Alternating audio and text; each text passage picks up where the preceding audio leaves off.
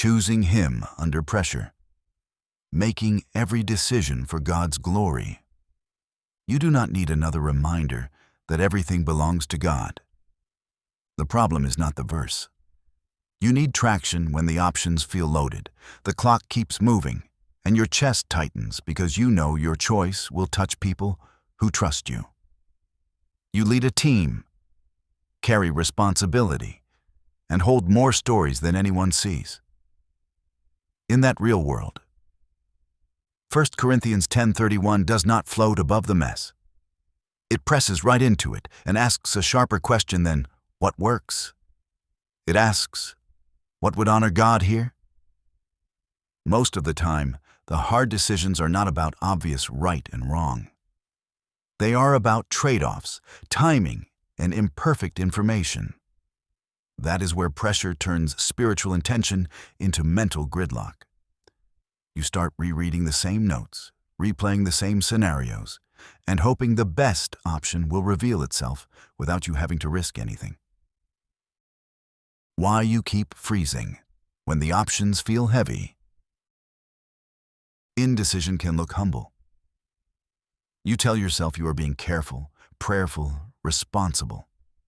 Sometimes you are, but sometimes you are trying to buy certainty you were never promised. You want a choice that guarantees no regret, no disappointment, no awkward conversations, no fallout. Here is the part we rarely admit out loud. Many leaders are not only afraid of making the wrong call, they are afraid of being seen as the one who made the wrong call.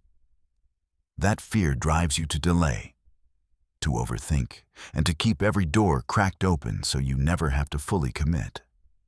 God's glory is not a demand for flawless outcomes. It is a call to honest obedience. It gives you a way to move forward without pretending you can control every ripple effect. Late-night decisions and the quiet pull toward control. It is a late-night office kind of decision. The building is still. The air feels stale. Your screen throws light across the desk while your brain tries to squeeze clarity out of sheer effort. You scroll, you draft, you delete. You open the same document again like it will suddenly speak. In moments like that, it helps to treat 1 Corinthians 10:31 like a compass, not a comment. A compass does not answer every question. It gives you bearings. It tells you what direction you are facing, especially when the fog rolls in. God's glory becomes your true north, not your comfort, not your image, not your need to avoid consequences. When you chase control, you look for a decision that keeps you safe. When you chase God's glory, you look for a decision you can stand behind with a clear conscience. That might still cost you sleep. It might still force a hard conversation. But it puts your feet on a path instead of keeping you stuck in circles. Decision fatigue and the courage to choose the faithful next step. Decision fatigue rarely announces itself. It creeps in. You start avoiding little things. You lose your edge. Everything feels equally risky. Your mind gets loud, then strangely blank. That is when you become vulnerable to two impulses: grabbing the quickest option just to be done, or postponing everything until you feel stronger. Glory invites a different move.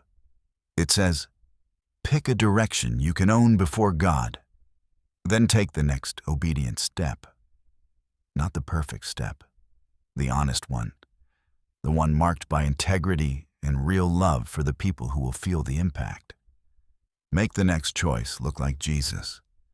If you need something tangible right now, do this in the late-night office before you send the email or sign the agreement. Put your hand on the desk and name what you actually want.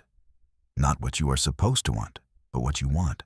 Approval, relief, control, vindication. Then surrender that desire in plain words. Lord, I want relief more than I want righteousness. Reset my aim. That is not dramatic. That is discipleship with the light still on. Life first. Integrity at the kitchen table before it shows up in public. Paul's line starts with eating and drinking for a reason. It pushes God's glory into the small spaces where you are most yourself. The tone you use with your spouse when you feel stretched, the way you respond to your kids when you are distracted, the honesty you practice when nobody is keeping score. If your private life runs on irritation and avoidance, your leadership eventually will too. Not because you are evil, but because you are human. Whatever you rehearse at home becomes what you reach for under stress at work. So start with one normal moment today and treat it like a waypoint. Pause before you speak. Choose a calm tone. Admit when you are wrong without making excuses. If you cannot lead yourself in the kitchen or at the quiet table, you will feel like a fraud in the conference room. But if you practice integrity in the unseen places, you will carry a steadier presence into every visible place. Business focus. Glorifying God in hiring, deals, and difficult conversations. Now bring that compass into business decisions, because glory belongs in hiring, negotiations, deadlines, and conflict. It belongs in how you treat people when the deal gets tense and the timeline slips. Here's a scene you probably know. A client call goes sideways because your team missed a deadline. You can hear the disappointment in their voice. Your stomach drops. Your mind starts building a defense before you even speak. You want to protect your reputation, protect your team, protect your future work all at once. You can feel the temptation to soften the truth, to blame the timeline, to talk fast and hope they calm down. Choosing God's glory in that moment looks like telling the truth at a human pace. It looks like owning what is yours without throwing anyone under the bus. It looks like naming a plan with specific times and follow-through, not vague comfort.